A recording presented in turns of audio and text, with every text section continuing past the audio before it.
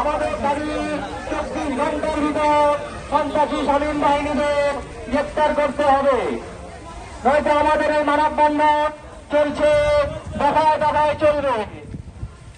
সন্ত্রাসীরা বাইরে কেন, প্রশাসন চুপ কেন? জবাব চাই, জবাব চাই। কালো হাত ফেলে দাও, ঘুরিয়ে দাও। সন্ত্রাসীদের কালো হাত, সন্ত্রাসীদের কালো হাত, ভেঙে দাও, ঘুরিয়ে দাও, ভেঙে দাও, ঘুরিয়ে দাও।